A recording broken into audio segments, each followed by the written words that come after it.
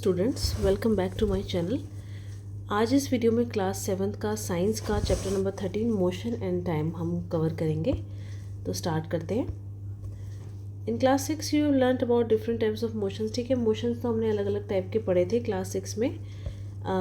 आपने ये भी पढ़ा था कि एक स्ट्रेट लाइन में मोशन होता है, सर्कुलर भी होता है या पीरियोडिक होता है। ठीक है, can you recall this 3 types of motions. ठीक है, 3 टाइप के मोशन जो अगर सीधी रेखा में अगर एक लाइन में ही मोशन चले तो स्ट्रेट लाइन मोशन कहते हैं, और अगर ऐसे सर्कल में मोशन हो किसी चीज़ का तो उसे सर्कुलर मोशन बोलते हैं। और पीरियोडिक मतलब एक डिफरेंट, जैसे कि आपका जो क्लॉक का पेंडुलम है, ठीक है, ये एक पीरियोडिक मूवमेंट करता है, यानी एक टाइम गैप में ही मूवमेंट करता है, तो इसको हम पीरियोडिक मूवमेंट कहते हैं। ठीक है, इस टेबल में जो दी गई है यहाँ पर, इसमें कुछ कॉमन एग्जांपल्स हैं मूवमेंट के।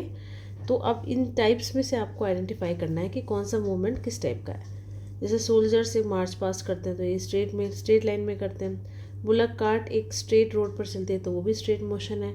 Hands of an athlete in a race, वो भी आगे पीछे यानी पीरियोडिक मोशन करते हैं। ठीक है, तो pedal of a bicycle in motion, वो क्या करते हैं, सर्कुलर मोशन करते हैं, ऐसे चलते हैं। ठीक है, motion of earth around the sun, वो भी सर्कल में करती है।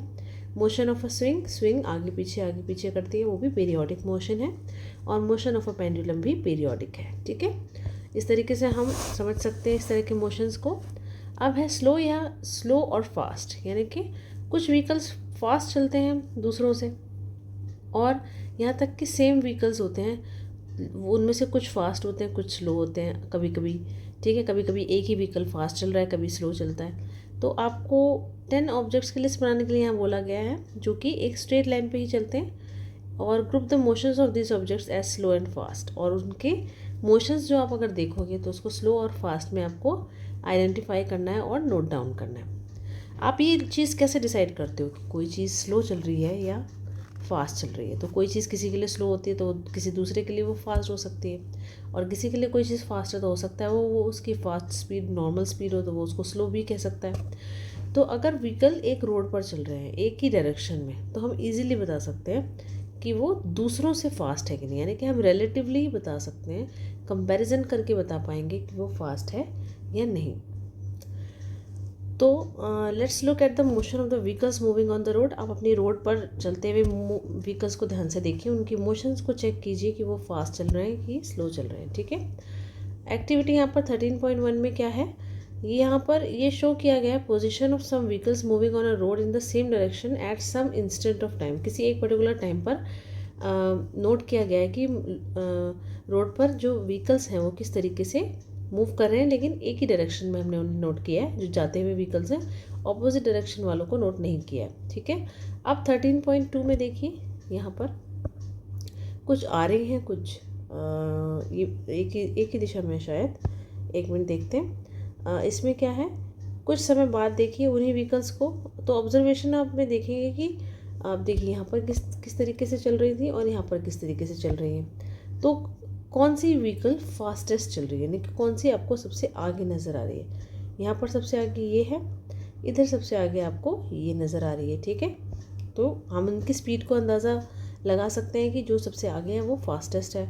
ठीक है, तो distance moved by object in a given interval of time, एक पर्टिकुलर टाइम इंटरवल में, यानी कि एक ड्यूरेशन में किसी ऑब्जेक्ट के द्वारा कितनी डिस्टेंस कवर की गई होती है, इससे हम ये डिसाइड कर सकते हैं कि वो फास्ट है कि स्लो है बाकियों से। ठीक है, तो एग्जांपल के लिए इमेजिन करिए कि अगर आप अपने फ्रेंड को छोड़ने गए बस स्टैंड तक, और आपने बाइसिकल चलानी शुरू की, पेडलिंग करनी शुरू की, और उसी टाइम पे बस भी चलनी शुरू हो गई। ठीक है, तो distance covered by you after 5 minutes would be much smaller than the distance covered by the bus. ठीक है, तो बस ने जितनी डिस्टेंस कवर की होगी 5 मिनट बाद देखेंगे आप, तो आपने जो जितनी डिस्टेंस कवर की होगी उससे बहुत ज़्यादा होगी। वुड यू से that the bus is moving faster than the bicycle. Yes, obviously हम ये कह देंगे कि हाँ, बाइसिकल से ज़्यादा तेज़ बस चल रही है। We often say that the faster vehicle has a higher speed. हम बोल देते हैं कि जो तेज़ चल रहा है उसके पास उसकी स्पीड ज़्यादा है। ठीक है, तो 100 मीटर की जब रेस लगती है तो ये डिसाइड करना इजी होता है कि किसकी स्पीड हाईएस्ट थी। जो कि शॉर्टेस्ट टाइम यानी सबसे कम टाइम लेता है 100 मीटर की रेस को पूरा करने के लिए, यानी कि उस डिस्टेंस को कवर करने के लिए, तो हम कहेंगे कि उसकी स्पीड सबसे ज़्यादा है, यानी कि जो सबसे कम टाइम ले एक ही पर्टिकुलर डिस्टेंस को कवर करने के लिए। तो स्पीड को अब हम यहाँ डिफाइन करते हैं। अब आप फैमिलियर होंगे कि स्पीड क्या होती है, ठीक है। आप बोलते हैं अपनी डे टू डे भाषा में कि स्पीड कैसी है किसी गाड़ी की या किसी चीज़ की रफ्तार की, ठीक है। तो एग्जाम्पल जो आपको ऊपर दिए गए हैं उसमें हायर स्पीड का मतलब ये है कि एक गिवन डिस्टेंस को कवर किया गया है बहुत कम टाइम में, शॉर्ट टाइम में, ठीक है, या लार्ज डिस्टेंस को कवर किया गया है एक गिवन टाइम में। तो मोस्ट कन्वीनियंट वे ये जानने का कि दो या दो से ज़्यादा ऑब्जेक्ट फास्ट हैं is to compare the distances moved by them in a unit of time, ठीक है। तो मान लो ये दो ऑब्जेक्ट्स हैं, ठीक है, इन्होंने इतनी डिस्टेंस इतने टाइम में की और इतने टाइम, जैसे कि 1 सेकंड में इतनी डिस्टेंस कवर की, इसने 1 सेकंड में या 1 मिनट में इतनी डिस्टेंस कवर की। तो एक यूनिट ऑफ टाइम में कितनी डिस्टेंस कवर की, तो ये भी हम इस तरीके से भी पता चला सकते हैं कि कौन सा ऑब्जेक्ट है वो फास्टर है। अगर हमें डिस्टेंस पता चल जाए दो बस का एक ही घंटे में कितनी दूर चली वो, तो हम ये कह सकते हैं कि कौन सी फास्ट चली होगी, ठीक है। और अगर हम distance cover by an object in a unit time as speed, ठीक है, तो एक यूनिट ऑफ टाइम में कितना डिस्टेंस कोई ऑब्जेक्ट कवर करता है ये उसकी स्पीड कहलाती है। तो जब हम ये कहते हैं कि कार 50 किलोमीटर पर आवर की स्पीड से चल रही है, तो इसका मतलब ये है कि वो 1 घंटे में 50 किलोमीटर कवर कर लेगी, ठीक है। However car seldom moves with a constant speed. तो ऐसा तो होता नहीं कि सीधे 50 चलती रहेगी, बीच में थोड़ी स्लो भी होती होगी, जहाँ पर कभी रेड लाइट होती होगी, रुकती भी होगी। तो इस तरह की स्पीड कॉन्स्टेंटली तो नहीं मेंटेन कर सकती। In fact it starts moving slowly, शुरू में स्लो चलती है फिर स्पीड पकड़ती है। तो जब हम ये कहते हैं कि कार की स्पीड 50 किलोमीटर पर आवर्स है, तो हम यूजुअली कहते हैं कि टोटल डिस्टेंस जो कवर किया गया है 1 घंटे में वो 50 किलोमीटर्स है, ठीक है। तो हर जगह इतनी स्पीड मेंटेन बेशक ना की हो, लेकिन 1 घंटे में इतनी कवर कर ली है। तो we do not bother whether the car has been moving with the constant speed. हमें उससे कोई फ़र्क नहीं पड़ता कि बीच में कितना रुकी कितना धीरे हुई, हमने बस उसका ये अंदाज़ा लगा दिया कि एक नॉर्मल जो कार जो स्पीड पकड़ने के लिए टाइम लेती है या जो बीच बीच में थोड़ा स्लो भी होगी, उसको कवर करते हुए जितना एक यूनिट ऑफ टाइम में जितना डिस्टेंस कवर करेगी उसको हम उसकी स्पीड बोलेंगे, ठीक है।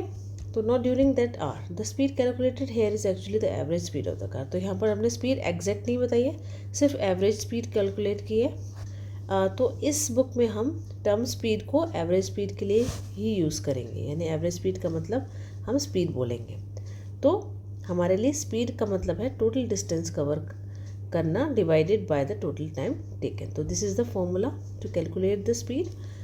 तो there will be the question in which you will be asked to calculate the speed of a particular object or a vehicle।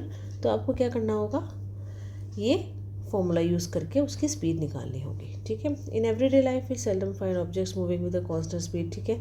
ये आपको बताया गया कि एक ही स्पीड पर कोई चीज़ नहीं चलती है, ठीक है। तो स्ट्रेट लाइन में भी स्पीड चेंज होती रहती है। अगर कोई चीज़ चल रही है तो उसको हम जो स्पीड चेंज होती रहती है उसे नॉन यूनिफॉर्म स्पीड कहते हैं। और जो एक ही स्ट्रेट लाइन पे अगर कांस्टेंट स्पीड से कोई चीज़ चल रही है तो उसे हम यूनिफॉर्म मोशन कहते हैं, यानी कि उसकी स्पीड हमेशा हर जगह एक जैसी है। और इस केस में एवरेज स्पीड का मतलब एक्चुअल स्पीड है, ठीक है। तो we can determine the speed of a given object once और we can measure the time taken by to cover a certain distance. तो यहाँ पर डिस्टेंस कितना कवर किया और टाइम कितना लिया उसने, उससे पता चलता है कि वो उसकी स्पीड कितनी है। तो क्लास 6 में आपने ये भी पढ़ा था कि हाउ टू मेज़र डिस्टेंस को कैसे मेज़र करना है। तो अब हम यहाँ पर फिर से देख लेंगे मेज़रमेंट ऑफ टाइम को कैसे मेज़र करते हैं। अगर हमारे पास क्लॉक नहीं होती तो हाउ वुड वी डिसाइड, हम कैसे डिसाइड करते कि क्या टाइम हो रहा है दिन का। तो आपने कभी ये सोचा होगा कि आपके जो बड़े लोग हैं यानी बड़े बुज़ुर्ग लोग हैं, एल्डर्स हैं, वो क्या करते हैं, अप्रॉक्सीमेट टाइम बता देते हैं सिर्फ शेडोज़ देख कर ही। हमने क्लास 6 में पढ़ा था कि शेडोज़ देख कर वो टाइम को एज्यूम कर लेते हैं कि शायद इतना टाइम हो रहा होगा। तो how do we measure the time interval of a month, a year. हमारे जो पूर्वज थे उन्होंने नोटिस किया कि कई सारे इवेंट्स जो हैं नेचर में वो रिपीट करती हैं अपने आप को अलग अलग टाइम इंटरवल्स पे। जैसे कि सर्दी गर्मी आती है। तो ये इंसिडेंट्स हैं, इवेंट्स हैं जो हर साल रिपीट होते हैं, ठीक है। तो उन्होंने देखा कि सन हर वक्त जो राइज़ होता है वो मॉर्निंग में राइज़ होता है, और जो टाइम है between one sunrise and the next, अगला सनराइज़ जब होगा उसके बीच का जितना भी पूरा डिस्टेंस था वो पूरा एक दिन था। इसी तरीके से जो मंथ था उसको one new moon to the next, ठीक है, यानी कि लगभग 30 दिन। A year was fixed at the time taken by the earth to, जैसे अर्थ पूरी सन की रेवोल्यूशन कंप्लीट कर देगी तो कितने टाइम में करेगी, 365 डेज नॉर्मली हम लेते हैं, तो ये एक ईयर माना जाता है। तो often we need to measure intervals of time which are much shorter than a day. लेकिन अब इतने बड़े बड़े डिस्टेंसेस, इतने बड़े बड़े टाइम को तो हम मेज़र नहीं करते। एक दिन में जैसे आवर होते हैं, ठीक है, और मिनट्स होते हैं, फिर तो एक आवर में 60 मिनट्स। तो इस तरीके से छोटे यूनिट्स को भी हमें मेज़र करना पड़ता है। ये नहीं है कि सिर्फ हम डे, मंथ और ईयर को ही कैलकुलेट करते हैं। डे टू डे लाइफ में हम उससे छोटे यूनिट्स को भी कैलकुलेट करने की ज़रूरत पड़ती है, ठीक है। तो clocks and watches are perhaps the most common time measuring devices. तो इसके लिए हमें क्लॉक की या वॉचेस की ज़रूरत पड़ती है। क्लॉक वो होती है जो दीवार पर हम टांगते हैं, और वॉच वो होती है जो हम अपनी रिस्ट पर यानी कलाई पर बांधते हैं। तो आपने कभी देखा होगा कि ये कैसे टाइम मेज़र कर लेती हैं। तो जो क्लॉक्स की वर्किंग है ये बहुत कॉम्प्लेक्स है, लेकिन सब एक पीरियोडिक मोशन करती हैं, ठीक है। तो one of the most well known periodic motion is the simple pendulum, जो मैंने आपको शुरू में एग्जांपल भी दिया था। जो पेंडुलम मूव करता है वो पीरियोडिक मोशन करता है, ठीक है। This is wall clock, this is table clock and this is a digital clock. अब ये है आपका पेंडुलम, ठीक है। इसकी मूवमेंट इस तरीके से होती है, ये हमने पहले भी देख रखा है। सिंपल पेंडुलम में क्या होता है, एक स्मॉल मेटेलिक बॉल और piece of a stone suspended from a rigid stand. ये स्टैंड है, इसमें आपने ये बॉल टांगी हुई है, मेटेलिक बॉल है, तो इसको क्या बोलते हैं, ये बॉब है। This is called the Bob of the pendulum. तो इस इमेज में क्या है, पेंडुलम क्या कर रहा है, रेस्ट से, यानी इसकी मेन पोजीशन है ये, जब यहाँ पर उसको रिलीज़ किया जाता है, थोड़ा सा एक साइड पे खींच के ले गए और फिर छोड़ दिया, तो ये थोड़ा आगे तक जाता है, अपनी मेन पोजीशन से आगे तक जाता है और फिर वापस आता है, ठीक है। तो ये क्या करता है, टू एंड फ्रॉम अपनी मूवमेंट करता है, यानी टू फ्रॉम, ठीक है, इस तरीके की मूवमेंट करता है। तो इसकी जो मोशन है ये पीरियोडिक है, यानी कि एक ऑसिलेटरी मोशन है। ऑसिलेटरी मोशन इसी तरह की मूवमेंट को बोलते हैं जो एक पेंडुलम करता है। तो पेंडुलम को हम कहते हैं कि उसने एक ऑसिलेशन पूरा कर लिया जब उसकी bob starting from its mean position O moves to A, पहले यहाँ पर ए से यहाँ पर ए पे गई, फिर and back to the O, ठीक है, and to the B and फिर ओ। तो इसको हम बोलते हैं इसने अपना एक ऑसिलेशन पूरा कर लिया। The pendulum also completes one oscillation when its bob moves from one extreme position A to the other extreme position B and comes back to A, ठीक है, यहाँ से यहाँ गए और फिर वापस गई, तो इसे भी कहा जाता है। क्या करते हैं, the time taken by the pendulum. तो इस ऑसिलेशन को कंप्लीट करने में, यानी इस पूरी मूवमेंट को, यानी एक पोजीशन से दूसरी एक्सट्रीम पोजीशन से वापस अपनी मेन पोजीशन पे आने की जो ऑसिलेशन जिसे हम बोलते हैं, उसको कंप्लीट करने में जितना टाइम लगता है उसे हम टाइम पीरियड बोलेंगे, ठीक है। अब हम एक्टिविटी कर लेते हैं 13.2। एक सिंपल पेंडुलम आप खुद बनाएंगे इस तरीके का। एक थ्रेड और स्ट्रिंग से आप कुछ 1 मीटर के करीब लीजिए और अपने फैंस को स्विच ऑफ कीजिए जिससे वो उसकी कोई मूवमेंट ना कर पाए। अब बॉब को पेंडुलम से रेस्ट पे, यानी कि मेन पोजीशन पर, इस पोजीशन पर लेकर आइए। अब मार्क कीजिए मेन पोजीशन क्या थी, यानी जहाँ से शुरुआत की है हमने वो क्या थी position. On the floor below, आपके यहाँ पे फ्लोर होगा, यहाँ पर आप मार्क कर दीजिए, ठीक है। और on the wall behind it, या उसके पीछे की वॉल पे भी मार्क कर सकते हैं। अब मेज़र कीजिए पेंडुलम को। अगर हम स्टॉप वॉच चालू कर देते हैं, और हम स्टॉप वॉच अगर नहीं है तो हम टेबल क्लॉक या रिस्ट वॉच से भी देख सकते हैं। पेंडुलम को मोशन में करने के लिए जेंटली आप होल्ड कीजिए इस बॉब को, एक तरफ खींचिए और उसको रिलीज़ कर दीजिए। फिर क्या करेंगे, remember the bob is not to be pushed. आप उसको धक्का नहीं देंगे, जब उसे छोड़ा जाएगा आप उसको ईजिली फ्रीली करेंगे, ठीक है। अब जो टाइम है आपकी क्लॉक में, आप जो बॉब ने वापस यहाँ आने तक के लिए लिया मेन पोजीशन पे, तो आप उसको नोट कीजिए, ठीक है। Measure the time of the pendulum takes to complete 20 oscillation, इसको भी आप नोट कीजिए, रिकॉर्ड कीजिए अपने ऑब्जर्वेशन को, इसमें ये जो आपको दी गई है, ठीक है, कितने ऑसिलेशंस ली तो कितना टाइम लगा, आप नोट कर सकते हैं। तो पहले ऑब्जर्वेशंस थी वो एक सैम्पल थी। अब जो ऑसिलेशंस, जो observation could be different from this.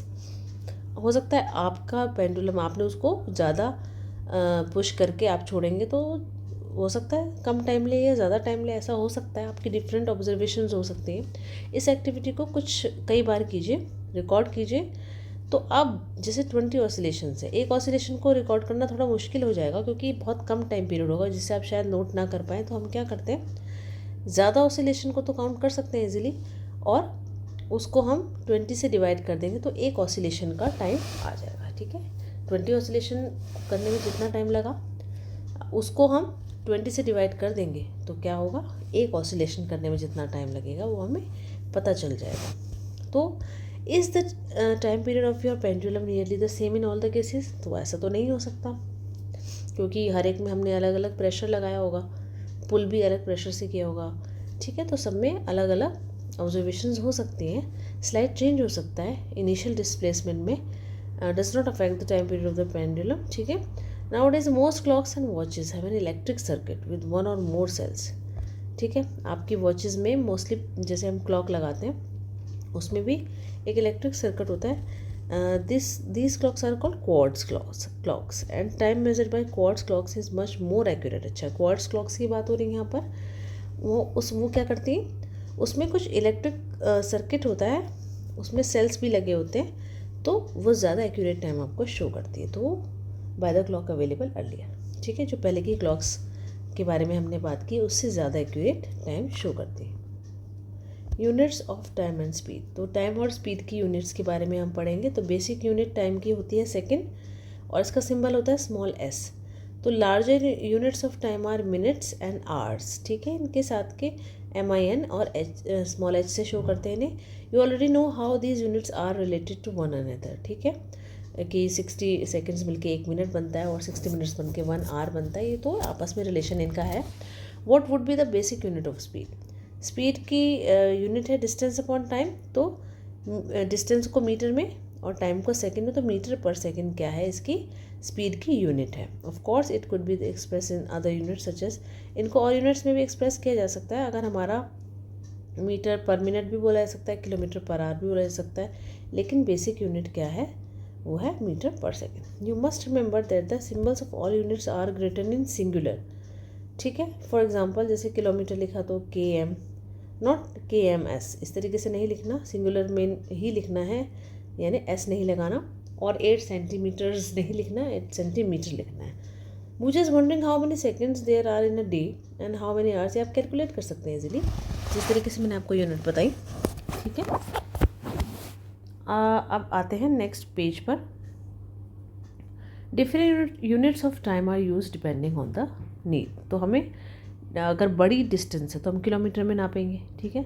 तो यहाँ पर ये किलोमीटर पर आवर की स्पीड की जो यूनिट है वो यूज़ होगी, और थोड़े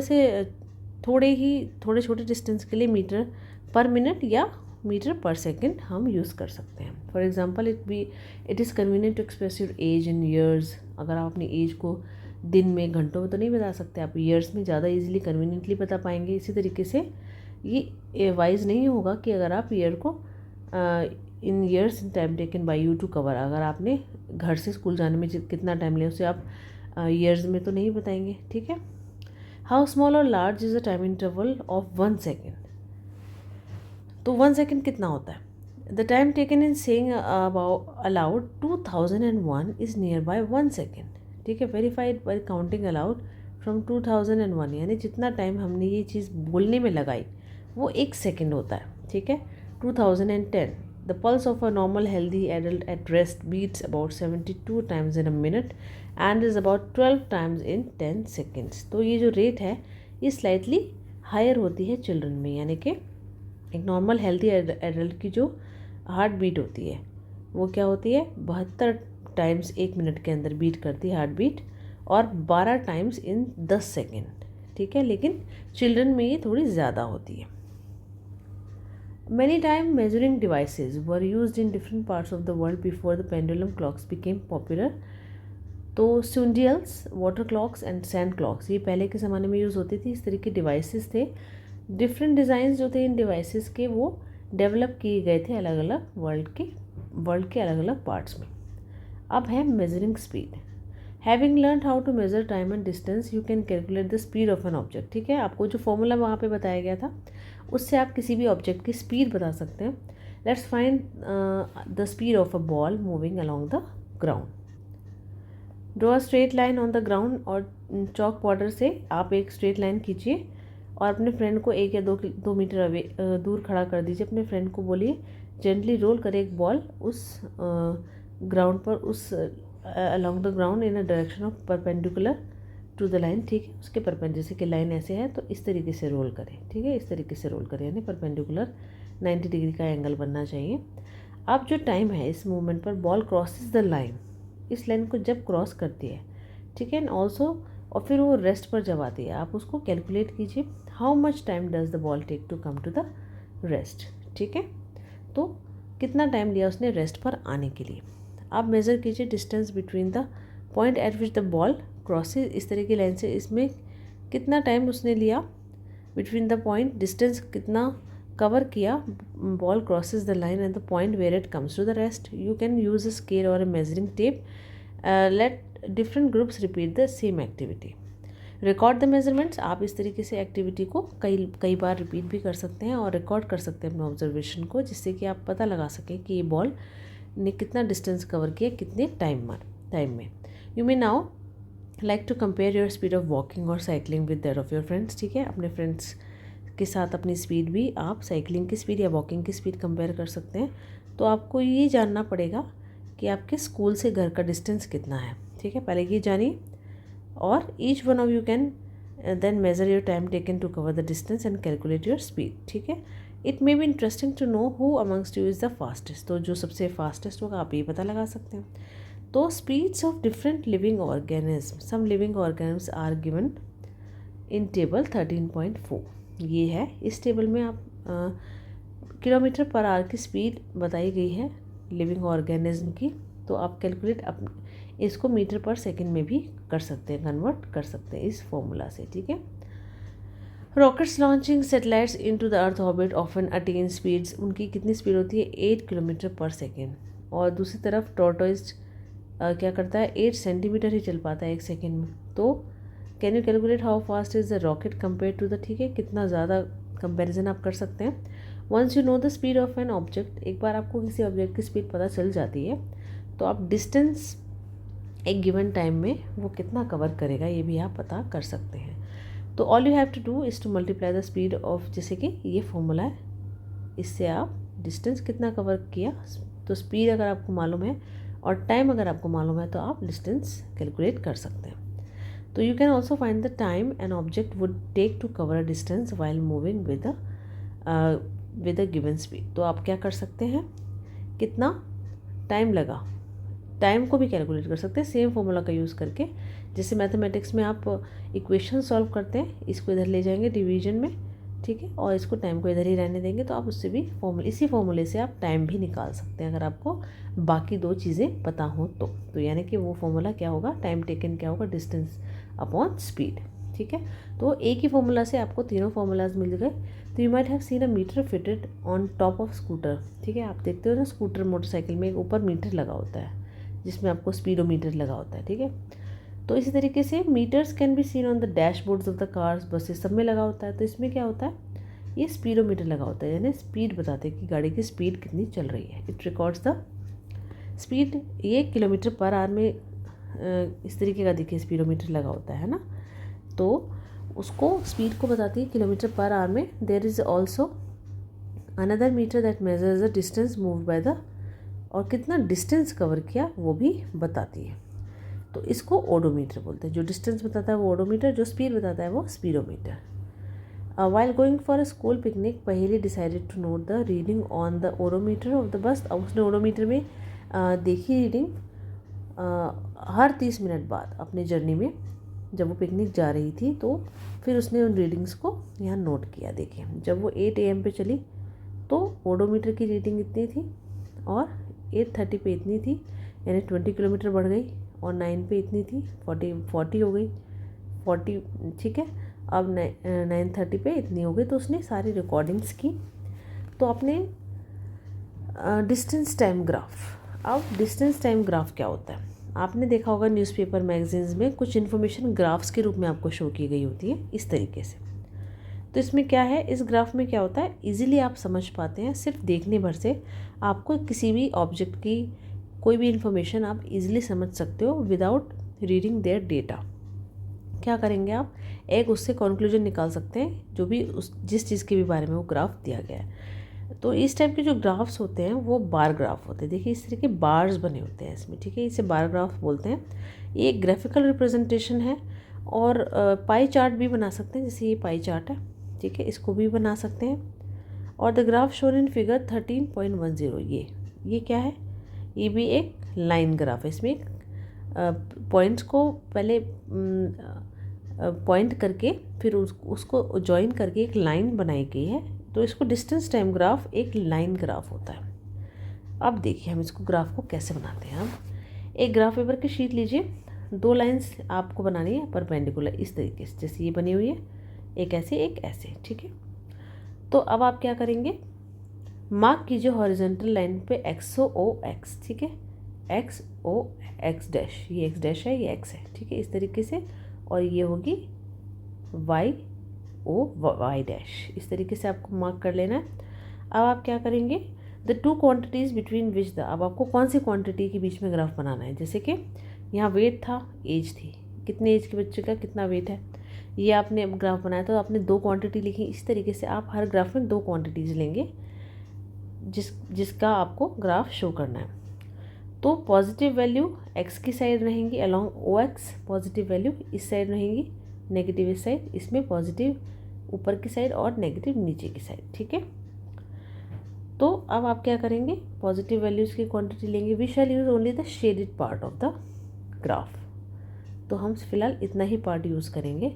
वो जो इन पहली found out the distance travel by the car and the time taken by to cover the distance, ठीक है। ये जो एक टेबल थी, ये इन्होंने बनाना है इसका graph. You can make the graph by following steps. अब क्या करेंगे आप, ऐसे परपेंडिकुलर लाइन ड्रॉ करने के बाद OX और OY आपने ड्रॉ कर लिया, सिर्फ इतना पार्ट कर लिया, ठीक है, जिस तरीके से इसमें किया गया। अब क्या करेंगे आप, डिसाइड कीजिए क्वांटिटी कौन सी x एक्सिस पे रखनी है और कौन सी y पे रखनी है। जैसे इसमें डिस्टेंस रख देते हैं, यहाँ टाइम रख देते हैं, या यहाँ टाइम या डिस्टेंस कुछ भी रख सकते हैं, ठीक है। अब आप क्या करेंगे, देखिए इस पर पूरा पढ़ने की ज़रूरत नहीं है, ऐसे ही मैं आपको समझा देती हूँ। ये आपने टाइम रखा है यहाँ पर, ये 1 मिनट में, 2 मिनट में, 3 मिनट में, 4 मिनट में, 5 मिनट में। और ये है डिस्टेंस किलोमीटर में, 1 kilometre, 2 kilometre, 3 kilometre, 4, 5 and so on.